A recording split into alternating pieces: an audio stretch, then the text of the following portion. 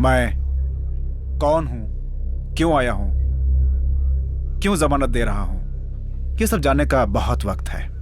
फिलहाल आप इतना जान लीजिए कि मैं भी आप ही की तरह भाई जी का सताया हुआ एक इंसान हूं। शंकर, तुम बस्ती पहुंचो।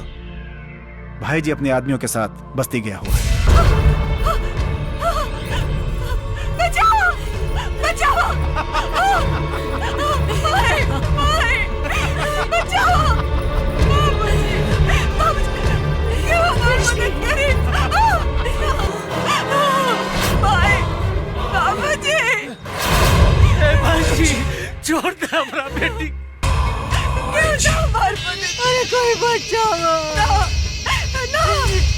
बचाओ! अरे छोड़ी तो बचाओ। तू अपन जगह से ना हिली। अरे भाभी, अरे ये गलती। छोड़ दे हमारा बेटी।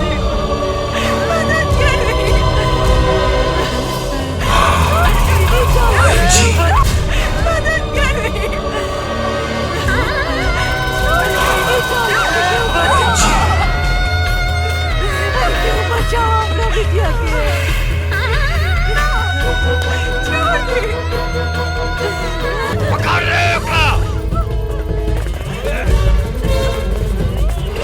मार बेटा, मार।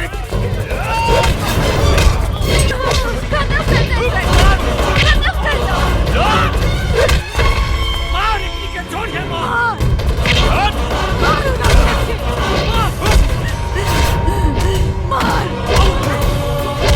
मारो भैया, मारो इनका बिना के।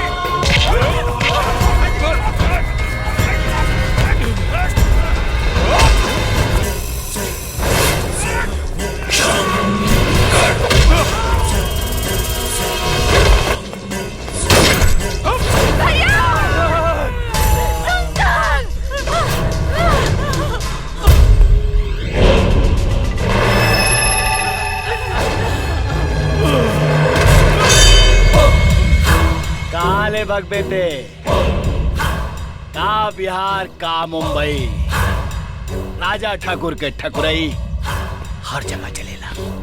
दुनिया छोट पड़ जाई राजा ठाकुर के कहे से बचे में।